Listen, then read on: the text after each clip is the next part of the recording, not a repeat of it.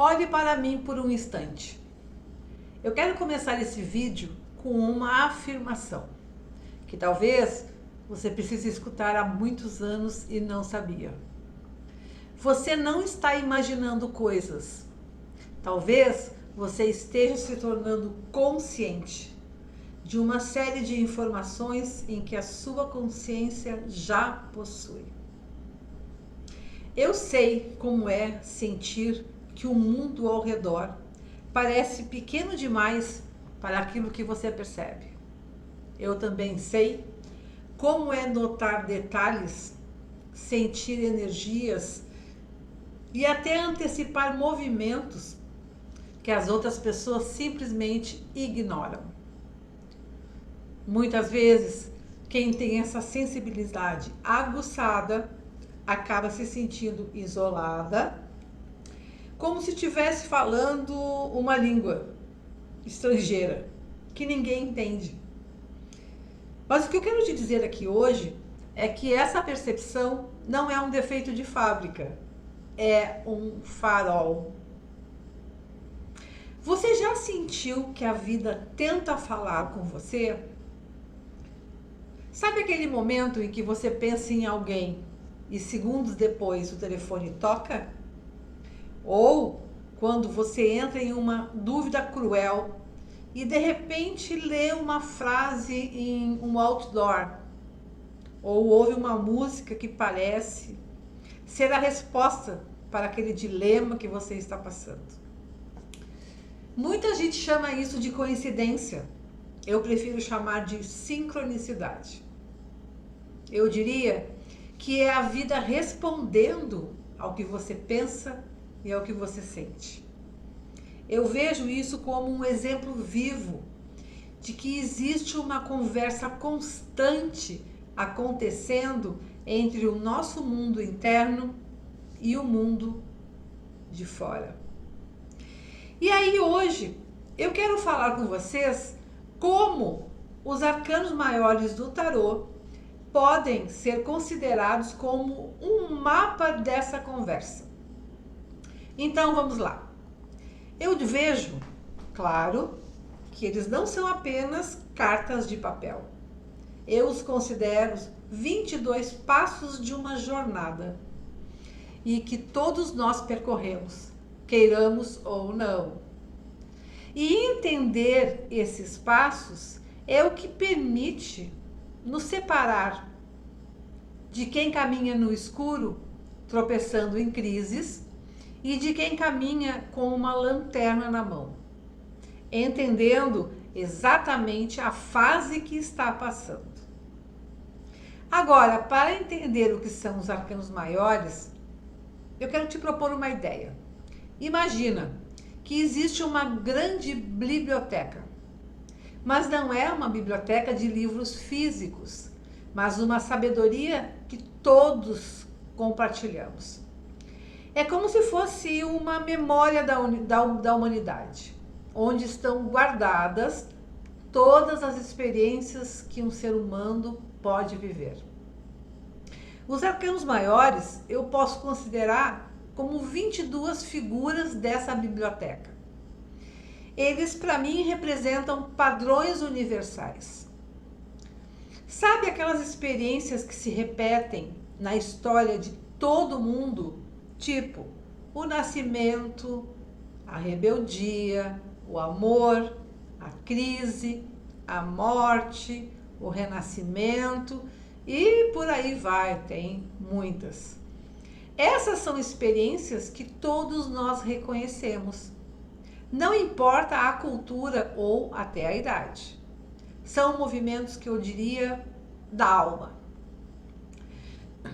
O interessante é quando você tira uma carta de um arcano maior, você não está apenas vendo um desenho, você está vendo esses padrões que eu comentei.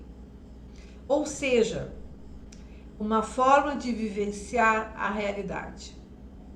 É como se o tarô estivesse dizendo, olha, você está aqui agora, nesse momento. Não é um caos sem sentido. Você pode estar passando pelo padrão número 12, ou pelo padrão número 14. Isso traz um alívio imediato, não traz? Porque se existe um nome para o que você está vivendo, significa que outras pessoas já passaram por isso e que existe principalmente uma saída. Essas 22 cartas mostram os grandes movimentos da vida, como eu falei antes. Enquanto as outras cartas, os arcanos menores, falam do cotidiano, os arcanos maiores falam da essência da nossa experiência aqui nessa vida. Elas mostram que por que você vivencia as situações de certas formas e quais são os hábitos humanos que estão te prendendo ou até te libertando. Entender esses arcanos é começar a descobrir a nós mesmos, a nossa própria essência. Embora sejam 22 estágios repletos de muitos significados, nós podemos olhar para essa jornada de uma forma talvez mais simples. Eu dividi ela em 4 grandes momentos que todos nós enfrentamos nas diferentes áreas da nossa vida. Eu chamei o primeiro momento de acordar. É quando você sente que o que servia ontem não serve mais. E aquele chamado interno, aquela inquietação que diz que há algo mais, não pode ser só isso. Aqui nós temos as cartas como o louco ou o mago, representam isso que eu falei, que falam de novas experiências, de novos começos e da coragem de dar o primeiro passo. O segundo momento eu chamei de mergulho. É a fase em que a gente começa a olhar para dentro. Você para de buscar respostas lá no mundo externo e começa a perceber que a sua realidade tem muito a ver com o seu reflexo interior. Vou falar muito de interior aqui, gente, porque é o que eu entendo. É aqui que começamos a perceber os nossos sentimentos, os pensamentos, e nas cartas a gente começa a constatar isso. E também constatar que o que a gente vê no outro, muitas vezes, é o que ainda não conseguimos ver em nós mesmos. A terceira etapa é a transformação. E sejamos sinceros, essa é a parte que mais dói. É o momento da crise, a quebra de velhas estruturas. É como se fosse o fogo que limpa o terreno para que alguma coisa nova cresça. É onde aprendemos a começar a nos tornar realmente quem somos, deixando para trás algumas máscaras que a gente usa, muitas vezes para agradar os outros. E por fim, tem a integração. É quando as peças do quebra-cabeça começam a se encaixar. Certamente, por experiência, você não é mais a mesma pessoa do início da jornada. Você aprendeu a equilibrar a sua luz e a sua sombra, o seu lado oculto, porque nós temos. Você começa a se sentir um pouco mais inteira, um pouco mais em si. Para exemplificar isso, eu quero utilizar um exemplo bem prático, que eu vejo acontecer muito, que aconteceu também em muitas consultas minhas. Imagine que você está se sentindo travada. Nada caminha, o projeto não sai do papel, o relacionamento está em um impasse e a vida parece um disco riscado. Aqueles antigos discos de vinil. Você tenta forçar, tenta empurrar, mas quanto mais força, mais cansado fica. Aí você abre o tarô e surge a carta do enforcado. Muitas pessoas se assustam com essa imagem. ela é um dos maiores presentes que o tarô pode dar nesse momento. O enforcado nessa situação pede uma pausa necessária. Ele está dizendo: pare de lutar contra a corrente.